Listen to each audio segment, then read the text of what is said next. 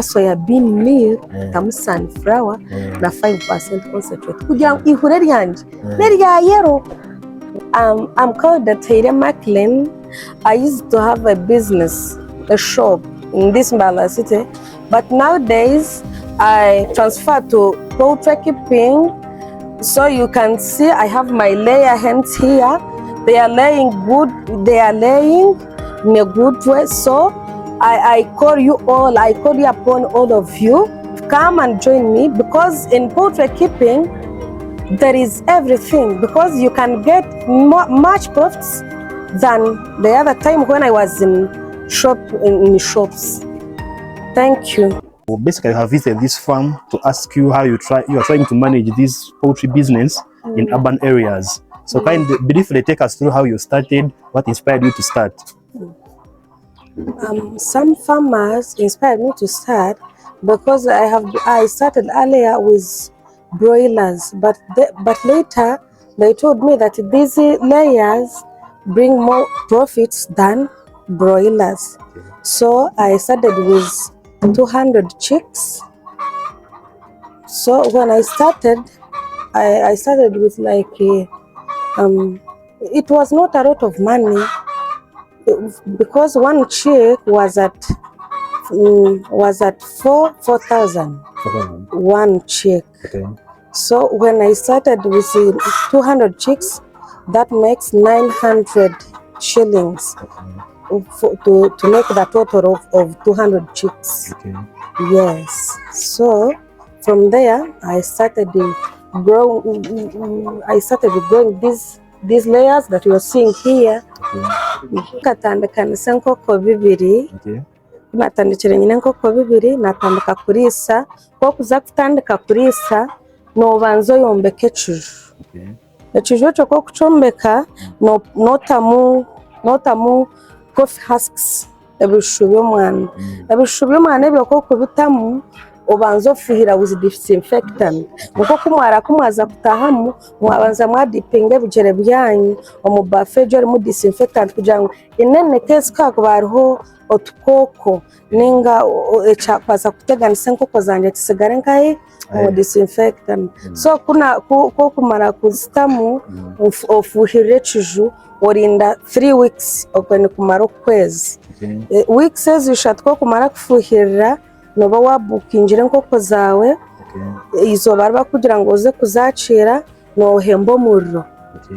Ohemba omuriro no eza day one of. Yes, eza day one mwana nimanyisa ko natandikire kuruga from day one up to this time. So ko kumara kuhemba omuriro watamwe binyungu byawe obutamwe omuriro ogumana obireba ngo gurya at low temperature gutaba mwinji kandi gutaba mucyabo ko bukoko bwe bwandu bwendo butagasi.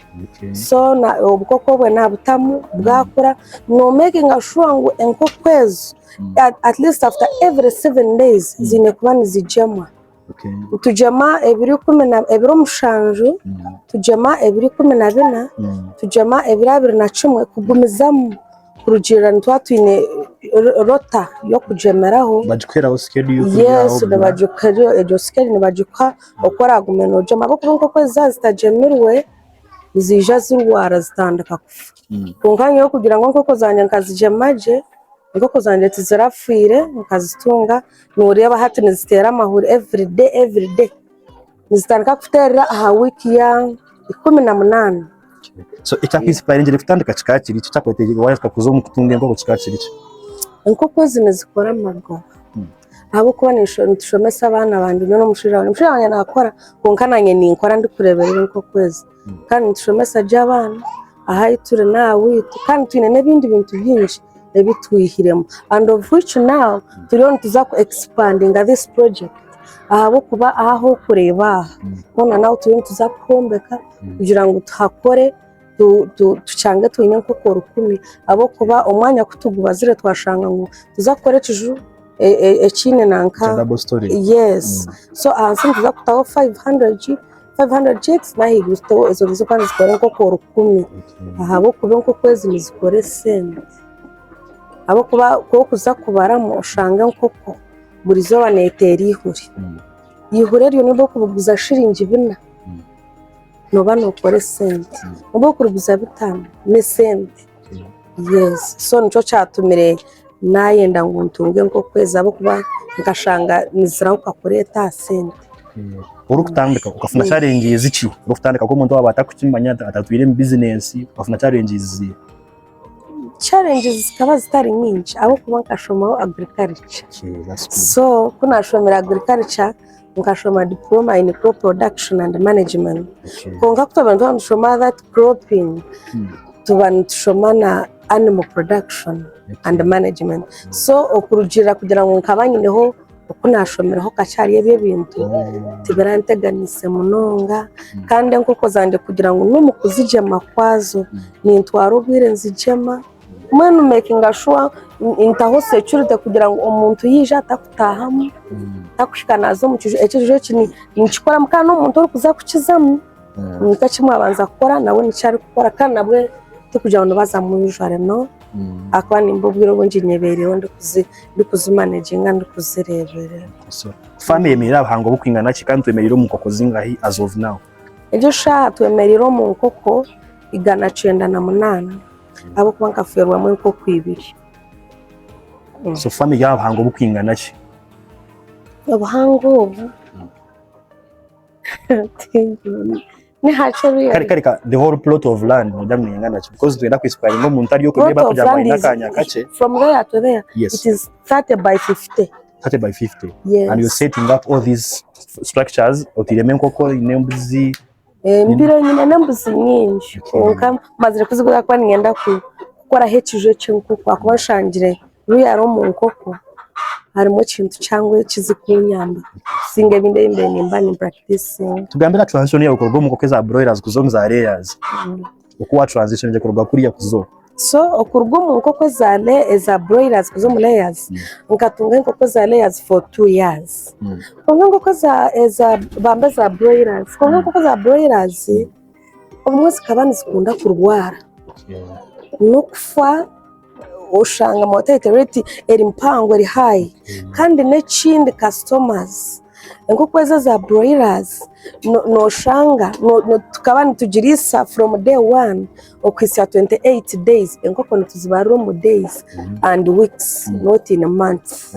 So kutwashangira ngo oshanga kwe kwisya 28 umubaji kakwisha ojuweyinga yashanga nepima 1 kilogram abanajibaga yashanga eriro takujibaga. So oshanga ngo nemere ya broilers mesera kusinge ya layers kandi chindi oshanga ngo ko kuzirisa zaisya those 28 days watandika kuzibaga let's say nka customers bachendera ejo nebere totoros ahabo kuba nobora ukora abo kuzigura kandi zo nizanizenda kurya emereri kuzihamana kugira ngo nozirise emereri kuzihamana katuzirisa pellets and concentrates kugira ngo omubwire buce within those 28 days enkoko bene pima 1 kilogram. So obutiremo sente nyingi kandi uyamukache. So nicho cyakwiro mu broilers nkazo mu layers. Tureba layers no zikora successfully kokani manya mutaka bara mu challenges. So sharing to challenges zo basekoreye bo mu nkoko za layers and how to try to overcome those challenges. Challenges za layers tiziri nyinshi munongazi you can see. Ahabo kuba layers zanje zo kureba tizikunda kurwara. Maybe kwa kugira umuntu yatera nkurwari uruzita kumanya. Maybe when a new voice, new things inside here. Obundi katugira ngo umuntu yanareta muke kintu kamakara ganje nkago bakugareta mbemereza picha heru bagireta umungaro kugira ngo enkoko zo zitakangarana zikwenda stress. Yes, abo kuba nowadays obuzira kutera kuzukangarana zaba stressed izobe nkanyica kare niziro wari ngo mu kutera izimwe zitatera ahabwa kire kibiremo. So me trying kugira ngo ahari come tinkwenda ebyo kunteganisa kutatahamu amaraka gandi emyende ndisho kugira ngo nani ibiteganiso mu kutera kwazo. Ibyo niyo kizire kizakubazina akubazo kurwara so no chova kami ngote kizibecho no izabira abantu kija farm ya mnonga okay then abandi ba farmers tumangu be challenge ya feeds and of which ni mangu niyo ko manufacture akutunga enkoko you know chova kami ngo feeds uko mukutandika ko kuba notandika enkoko kwezi nubare sente umanya ngo enkoko 200 zigure 900 umanya ngo from day one kwisya 18 weeks zishemeye kuba nizirya esente ziri kwingana ki ubara koragure kilo emereye 50 ninga million neza kwisobwire kwingana ki so nyo kuna nintandike okunkukova kaminge cyo ntucemere nima yangu enkoko zanje nkama yangu kwiha izoba ryo kubanza kwisya 18 weeks nkansevingire sente zo kugira ngo esente yazo yo kurya eberiho kandi izoba ryo kurya ritahika ukaza kuronde sente no kandi egisha hindi there is no big problem abo kuba nizereberera nizitera amahuri manyangu okwe ninkira kugura 1 ton ni manyangu tane jo nendisize nkoko kwezi kumwe so kunkumanya kwezi emerejo kunkujugura naji stowaringa manyangu neza kuziriso kwezi kwe kuba nehwamu bana balance ngire sente zinyuro mu mahuri nyahezo kuguremere kandi nyaho n'amagoba ganje poultry keeping no creative business ni watago bukugubwinje wanotanda timunongo konga desi no kuba no kura ukinkani so mutwe ukamanya ukaba serious tekwendo kugurucera so nicendo buru orebe nko kweji yanywa mizi ketanywa mizi cyatumetaganywa niki eji yari yaje nkatu mwashanga namara kuzitera memere nizitera memere 2 times in a day nizirya shayi 2 necwe kaza kasheshe kandi zirya na shayi 10 necwe kazo mwasi ahasigara mizi ngagarimo regularly kugira ngo zitagira kuzateganisibwa akoko kuzirisa munonge merere yazi tizikutera amahuri cyanje manyisa ngo uzakuruga gukora amahuri zikora kindi kintu kitashemeye gukora so no making sure nko kwezo zarya jemeresha emushayazo zatera umushayazo kandi namizi go garumu gatahwamo tureba ngo yo urban setting how do you ensure about security a farm yawe security yingine terimbi abo kuba I have my dogs here and I have a man here who he slept in that car house inside so he kept security here so tureba ngo ryo mu town twina bacara binja bari ko mu town maybe abadine cyo gukora hatinkiwe mu cyaro umukozi kandi akorora haka ukubeno bahanka bahabuze iki abacara bagenzi banje nimbahiga kugira ngo bishe tutunge ahabo ko mu kutunga tinkwegomba nyo tinkutera umushoje simu kugira ngo either umwana naenda fizi nenga harihe cyaburo mu kano ahabo ko bariyare cyangwa cinkwenda nshira ku rugomo abo ko tukozere n'ibintu byinshi umuryo ko kutunga ni kace konka kagumeni karete ibintu byinshi abo ko ntihori kurebera nawo turiyo tugezeho ko expanding kugira ngo kintu kibere cyangwa umubiri yes kandi imyeto ryo no jaba habuze iki cause the program agent targeting most imyeto maybe mazire nko kushoma konkane jira mutari homeru no jaba habuze iki imyeto yakuberiyo eri kurebetene ubuhabuzo bwo kuja ezo mukurunda ukukurunda no bukuye no mwanya muce nko kuwagureba buri mwe mukoko maganabi kandi next round abo kubana wari harimo free space next round ngenda kutamenya nko 300 abo kubana imangu nizifitingamo mbwe nimbahabura kugira ngo nakanya kaca kaine atseho atunjireho abo kuba kakufokasinga ariyo kukutunga nayihamwe cango cyakube nayetenga ekizo ni porachere smell free no chikorora usanga nutakununka hona hariyo nyine na rek yangiri yaho hero nimsobwire ndrekingamo kora munti eziko fasks nenkoko ejeshazi yo nizikutandika kuzana kugira ngo nto kwata mu mizi ekijo cyo sheme kwa no mekura shongo amizi tugakwata kamazi abindi bari moraninga raising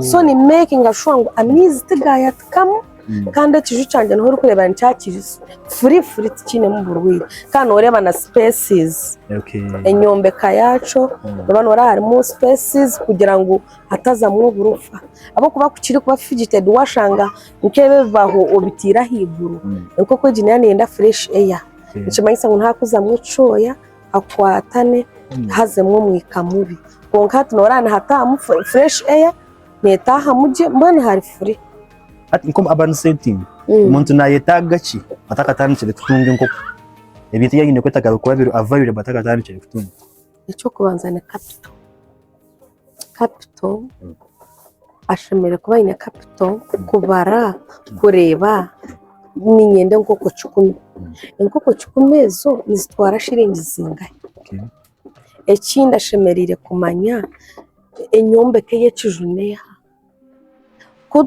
ko kuburyo umwanya gureho nkamizi umwanya ubwo nubanzo gutinda oshukaho retse nkamaramo ocha uplifting kizaho higuru men hoyirobona kushika ko fasts ucombekaje utamezi nanka obo butimbo obyombeka obiterezo making ashwangu enkoko terarabe mu kushohora kandi nenyonyi teraruga hereka taho mucije kareta mu burwiri just neberiye ya fresh air so making ashwangu echaheru tikiratahema kandi neryo munda terashohora atejo nicane mayisangu no kubara ukabara ubutimba ukabara buri kintu cyo shemeye kubona ukoze nabandi bakoze samabati nkaha hanze n'amabati ngabasa gukora from ground ogira mwanya guhayise rero tandika utaho ubutimba yes so tonte bazabo bwiri bo bwatwereza konka ko umuntu yabana akwenda ari yokwe nakufuna tanakusanga nkahinarabira nkakwatagana niyo